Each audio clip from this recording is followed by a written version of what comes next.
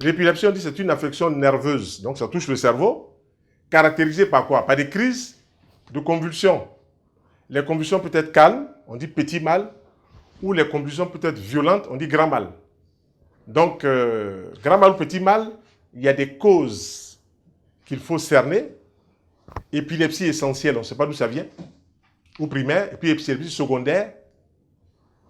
L'enfant est né, il est sorti du ventre avec un forceps, même s'il vient partir sortir avec un forceps, peut-être au début a-t-il pris beaucoup de médicaments. Tout ça, ça va conditionner son état, et quand il va grandir, même il y a des enfants qui sont tout petits qui font des crises. On a eu ici des enfants, tout ce qu'on a demandé au moment, d'utiliser toujours de l'eau chaude sur la nuque, sur le front, sur la colonne vertébrale, et puis ça descend plus rapidement. Mais avec une bonne alimentation, de bons fruits au petit déjeuner écrasés, du lait de soja avec du miel, ou bien du lait d'amande avec du miel, pour accompagner avec les fruits. Mettons de côté tout ce qui est lait de vache, mettons de côté tout ce qui est viande. La viande excite le cerveau. Donc ça provoque des décharges électriques chez les gens qui sont atteints d'épilepsie, les épileptiques. Donc il faut mettre la viande de côté. Il faut mettre le sucre blanc de côté. Il faut mettre le café de côté. Voilà, dans certains cas c'est bon, dans d'autres ce n'est pas bon. Dans ces cas-là, il faut mettre ça de côté. Il faut éviter, pendant le repas, de prendre des boissons alcoolisées pour ceux qui feraient des crises par période. Il faut éviter de prendre des boissons alcoolisées.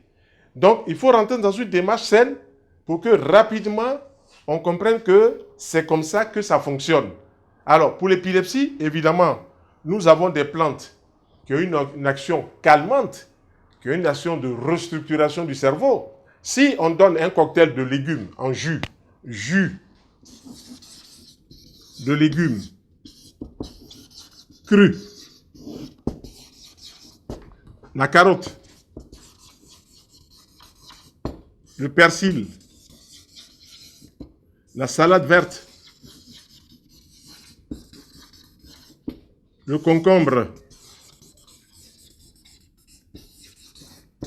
Si on donne ces légumes en jus, il faut donner un verre au réveil, on peut donner un verre à midi, on peut donner un verre vers 17h, on peut donner un verre le soir, par exemple, avant le repas. Donc le soir avant le repas, midi avant le repas, puis le matin avant le repas.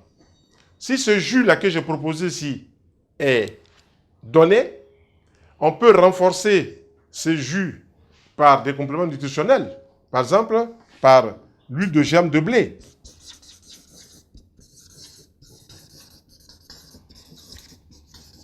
On peut renforcer ces jus de légumes qui sont déjà assez complets par de la gelée royale. Ce sont des produits de la ruche des abeilles. On peut remplacer, on peut ajouter à ces jus de légumes, on peut ajouter une algue qui a une bonne action sur le cerveau. Je vais tourner la feuille pour bien vous noter cela. Cette algue vient des mers profondes, s'appelle Aphanizomenon.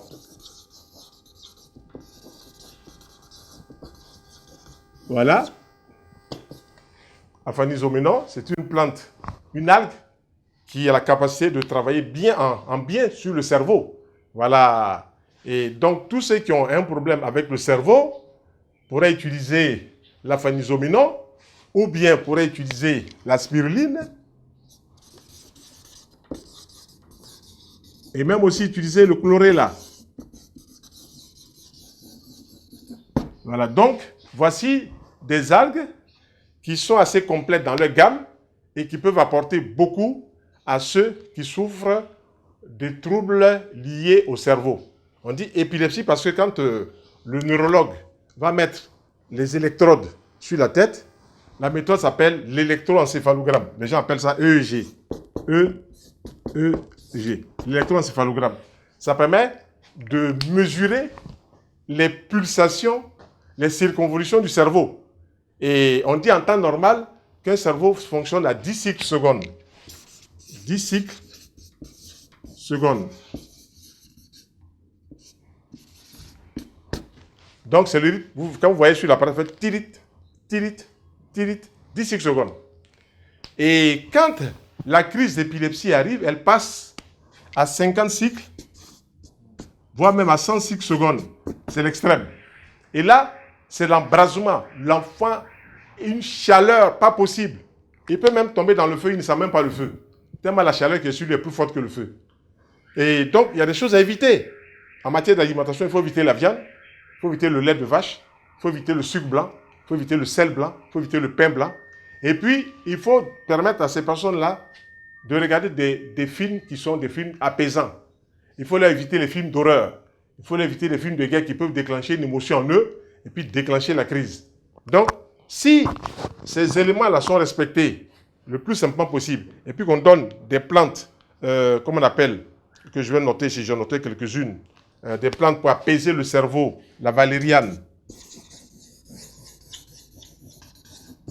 des plantes pour apaiser le cerveau, la valériane, des plantes pour apaiser aussi, retrouver le calme, la verveine,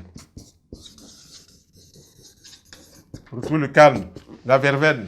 Tout ça, c'est des plantes qui ont fait leur preuve dans le temps et l'espace. Les gens ont vérifié cela.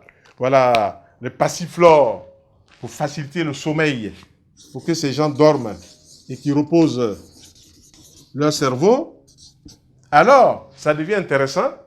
Et à partir de ce moment-là, les personnes qui sont dans cette démarche, qui enlèvent les aliments déclenchants, je peux dire pro-inflammatoires, comme la viande qui excite le cerveau, comme les fritures qui excitent le cerveau, comme le sucre blanc qui excite le cerveau, comme le café dans ces cas-là qui excite le cerveau. Bref, si ces choses-là sont mises de côté, le cerveau commence à respirer. Parce qu'il faut donner au cerveau les substances utiles et agréables. On ne peut pas donner au cerveau des choses qui l'excitent. Vous prenez par un verre d'alcool, quelques 5 minutes après, vous avez un vertige. Alors, le commun des mortels dit, mes yeux tournent. Ce n'est pas les yeux qui tournent, c'est la tête qui se trouve dans une situation et qui fait que la personne a des vertiges et tout ça. Voilà. Donc, tout le monde a fait l'expérience, quand on était plus jeune, d'avaler 1 ou 2 verres de vin ou de whisky. Évidemment, comme dirait l'autre, mes yeux tournent. Voilà. Ça tourne bien. Bref, si en matière d'alimentation, on peut comprendre la démarche, beaucoup de fruits au petit déjeuner variés, enlever toutes ces substances excitantes du cerveau, la viande, le sucre blanc, le sel blanc, le pain blanc, les alcools frélatés, supprimer toutes ces boissons, ces liqueurs et tout ça, le cerveau va commencer à respirer. Il faut restructurer le cerveau. Il faut refaire le cerveau. Il faut que les cellules cérébrales, les neurones, trouvent le carburant dont elles ont besoin. C'est comme ça que dans certains centres psychiatriques, certains médecins ont bien voulu faire l'expérience avec certains de leurs malades. Ils leur donnent beaucoup de fruits à manger. Et puis ils regardent avec un appareil qu'on appelle le scintigraphe pour voir, comme la banane, où est-ce qu'elle va. Et ils constatent que la banane suit bien le circuit puis va être utilisée par les cellules du cerveau. Et puis ils prennent, par exemple, la banane cuite. La banane cuite n'a plus la même direction que la banane crue. Le pain, qui est le blé cuit, n'a plus la même direction. Quand ils donnent cela, ils observent au scintigraphe, l'appareil qui permet de voir le circuit du glucose jusqu'au cerveau. Ils se rendent compte que ces aliments cuits sont bloqués à un stade de leur transformation. Et donc, ils ont fait le rapprochement entre certaines maladies qui touchent le cerveau et puis ces excès d'aliments cuits, surtout les farineux, sucre, le pain blanc, tout ça, ça fatigue le cerveau. Aujourd'hui, quand vous voyez en France, beaucoup de personnes entre 65 ans et 80 ans souffrent de maladies d'Alzheimer. On sait aujourd'hui que l'Alzheimer, c'est 90 000 décès en France, c'est beaucoup, et 600 000 cas répertoriés chaque année. Parce que tout simplement, le français mange faux. Et aussi, beaucoup d'Ivoiriens aujourd'hui mangent faux, beaucoup d'Africains mangent faux. On mélange trop d'aliments qu'on n'a pas mélangés. Voilà, on a pris par exemple un café et du lait, ce qui n'est pas bon. Le lait de vache ne se marie pas bien, ne combine pas bien avec le thé, le café, le cacao. Il faut prendre le lait de vache si on veut, le thé après, mais il ne faut pas prendre les deux ensemble. Les mauvaises combinaisons. Et on voit par exemple le monsieur qui mange un plat de viande cuite, que ce soit à la sauce ou bien frit, et puis qui met des frites dessus, c'est pas bon. Les fritures féculents ou farineux ou hydrates de carbone avec la viande, il ne faut pas bon ménage. Donc quand c'est comme ça, il faut faire quoi? Il faut prendre beaucoup de légumes, des carottes, des oignons, des concombres crus, les assaisonner de l'huile d'olive, tournesol, colza, les manger avec ces aliments-là. Comme ça, on atténue un peu les désagréments qui fatiguent monsieur tout le monde. Voilà, monsieur tout le monde mange son plat de frites, très bien. Or, quand il mange un plat de frites, il a dans sa main de son plat de frites pommes de terre, banane, plantain ou igname, il a 2 paquets de cigarettes fumant déchets toxiques. Ça, c'est ce que la science dit. Et celui qui a révélé cela, c'est le docteur Bruce Hams, cancérologue. Il est directeur du centre de biochimie de Berkeley aux États-Unis. Voilà, donc, quand on vous dit ça n'est pas bon, vous faites. Et puis demain, quand vous êtes malade, vous pleurez. Voilà, la maladie, c'est le mal qui a dit. Ce que tu as là, c'est toi-même qui es responsable de cela. Donc, je vous amène à prendre un peu en charge votre santé différemment. Ça ne veut pas dire qu'on ne va pas à l'hôpital. Nous, dans notre propos, on n'a jamais dit ne pas aller à l'hôpital. Au contraire, on encourage les gens à aller à l'hôpital. Comme ça, les informations, les radiographies, l'IRM sont précises. Et nous, ça nous permet, par rapport à cela, de dire, mais voilà les aliments que tu manges. Voilà, c'est ça qui provoque cela.